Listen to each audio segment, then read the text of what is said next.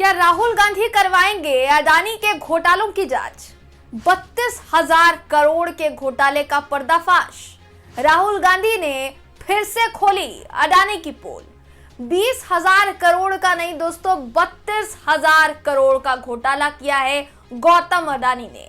ये आरोप है राहुल गांधी का। ये कहा है राहुल गांधी ने, जो आज से नहीं लंबे समय से अडानी के खिलाफ मोर्चा खोले हुए हैं। राहुल गांधी ने भारत की जनता को आगाह किया है कि बिजली आप जलाते हो, बटन आप जलाते हो, बटन आप दबाते हो, बल्ब आप जलाते हो और पैसा अडानी की पॉकेट में जाता है। फाइनेंशियल टाइम्स की रिपोर्ट से अडानी के एक और घोटाले का पर्दाफाश हुआ दोस्तों। अब राहुल गांधी ने उसी घोटाले का महापर्दाफाश किया है। इससे पहले हमने आपको इस पूरे घोटाले से जुड़ी एक एक जानकारी दी थी।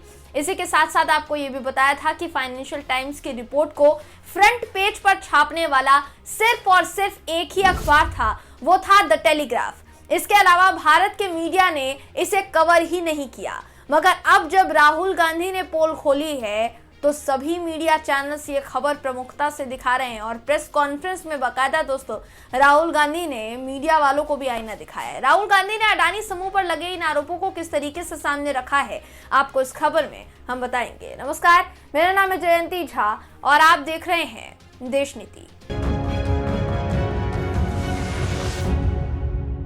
देश नीति, केवल सच्ची और पक्की खबरें। राहुल गांधी ने अडानी समूह पर लगे आरोपों का धागा अपने अंदाज में खोलकर रख दिया दोस्तों। राहुल गांधी ने कहा है कि 2024 में हमारी सरकार आने दीजिए, हम अडानी के इन घोटालों की जांच जरूर करवाएंगे, क्योंकि जो पैसा अडानी ने डकारा है वो पैसा इस देश के आम जनता का पैसा है और अगर वो एक पूंजीपति की जेब में जा रहा है तो उसकी जांच तो होनी चाहिए, इसलिए हम जांच करवाएंगे। उनका ये वीडियो आपको दिखाते दोस्तों। पत्रकार ने क्या सवाल पूछा, उन्होंने क्या जवाब दिया, वीडियो देखिए। कई सालों से डिमांड कर रहे हैं, जेपीसी तो गठित हुआ नहीं, 24 का चुनाव बिल्कुल नजदीक है, अगर सरकार बनाने का मौका आपको मिलता है, अडानी तब भी देश में व्यापार करेंगे, क्या राहुल गांधी जांच करवाएंगे अडानी का? बिल्कुल करवाएंगे, क्यों नहीं करवाएंगे, बिल्कुल करवाएंगे।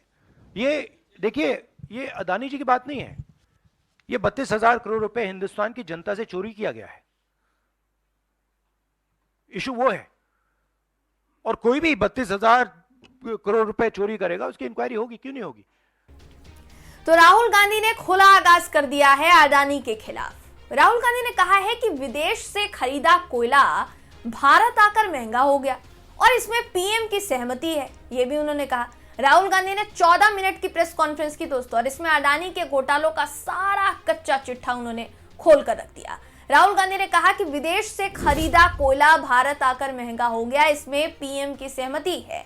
आगे वो कहते हैं कि अडानी ने 32,000 करोड़ का घोटाला किया है। आज महंगी बिजली के पीछे अडानी है।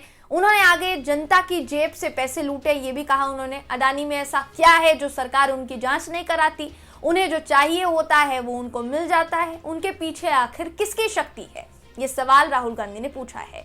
राहुल गांधी ने फाइनेंशियल टाइम्स की रिपोर्ट का हवाला दिया दोस्तों और ये हवाला देते हुए उन्होंने अडानी समूह पर घोटालों से जुड़े क्या आरोप लगाए हैं, ये आपको मैं 5 पॉइंट्स में समझा देती हूँ।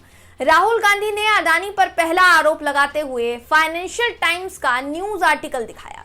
आगे वो कहते हैं कि अडानी इंडोनेशिया में कोयला खरीदते हैं, जब तक कोयला भारत आता है तब तक इसकी कीमत दुगनी हो जाती है।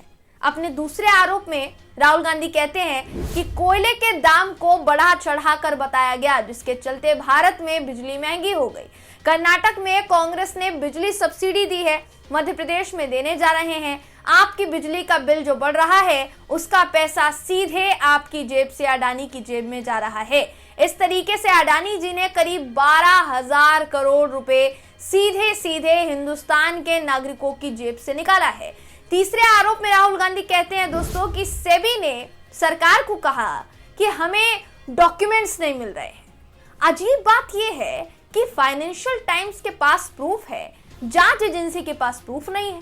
साफ पता चलता है कि बड़े पद पर बैठे लोगों से कहीं ना कहीं तो साठगांठ है और संरक्षण मिल रहा है।